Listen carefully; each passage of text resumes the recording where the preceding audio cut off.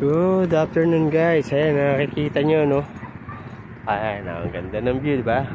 Ayun, ang daming ibon. Ito, miski dito sa harapan natin. Ayan. Doon tayo pupunta. Doon sa may malapit doon yung may mga dito.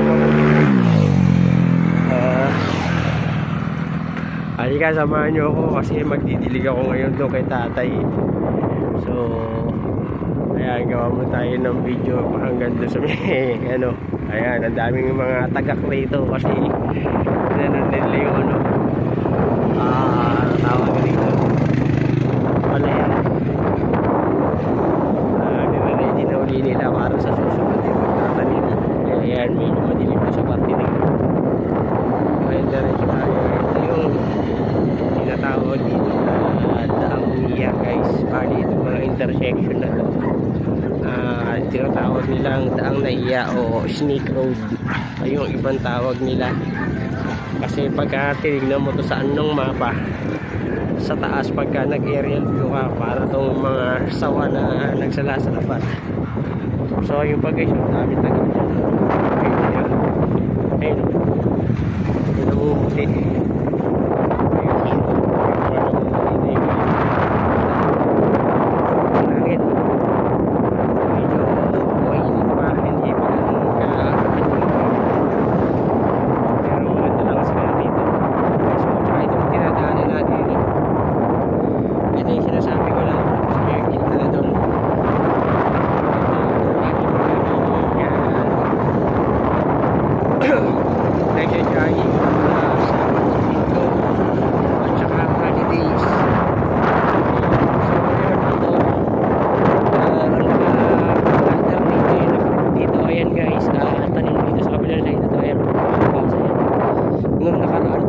Nakatanim dyan yung kalaban.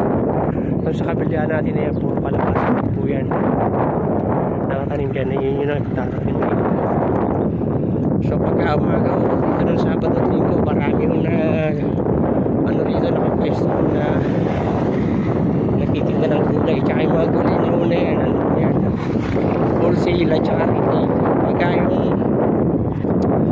gusto nyo na tawag rito, namumuhunan kayo para ipantinda ng ano mga gulay, pwedeng dito kayo kumuha ng rekta ano, para mas makamura kayo. Tsaka kitang kita nyo, ayan ito nandito sa kabilang kita kayo, fresh na fresh po, tsaka alam yung bagong pitas.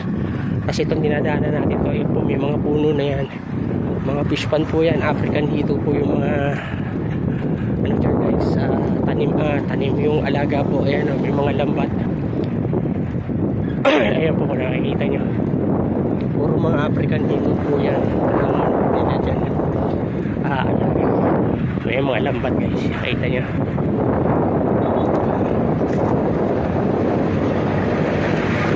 So medyo mababaw po ito, bali galing yun lang sa mga kapatid ko na bahay.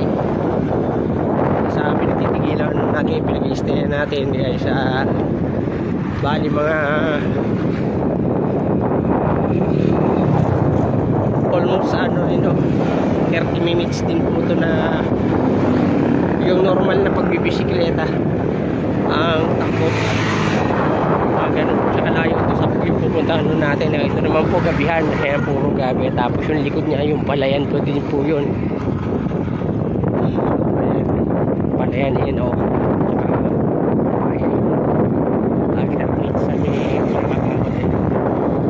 papaya po yun, baba at saka okra. Tapos yung pinakaloob niya,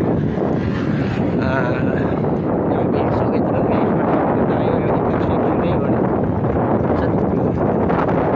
Ito na yung bagong pinakasentro nito, bukid na tinatawag yung pinakukuha na natin ng mga dam niya guys. Ito na po yung pinakasentro. Ito po, simula dyan saka dito, yan, punong-punong po yan ang tindero at tindera ang Sabado Linggo holidays. Ayun, may mga pwestuhan yun na ano, sa mga prutas po na andun. So ito, pag natin mo nga po, kaliwa kanan po yung ano dito guys, mga nagtitinda. Ganun po po yan doon, yung diretso na yun.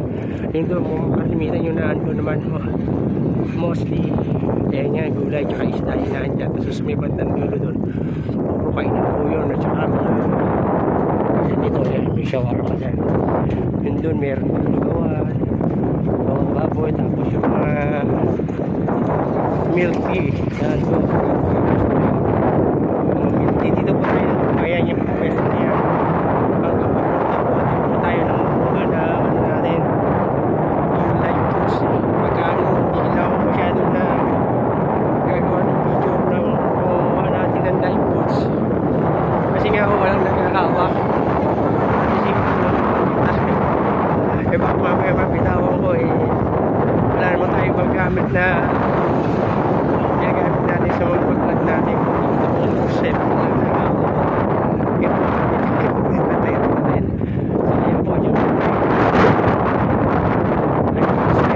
sa marami ko nakukuha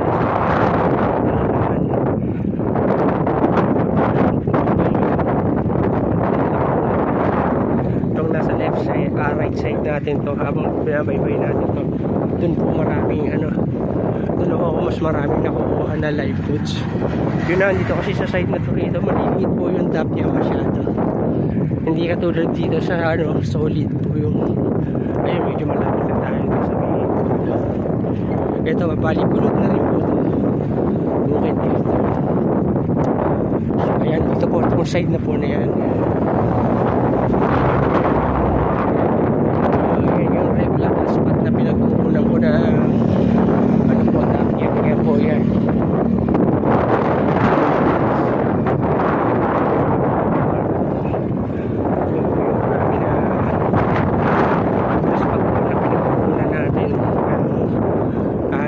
Ilang araw. So ngayon po hindi naman tayo tayo na stock dun sa at least mga 10 days pa siguro, 10 days siguro yun, 1 week mahigit na yung stock natin na live goods dun na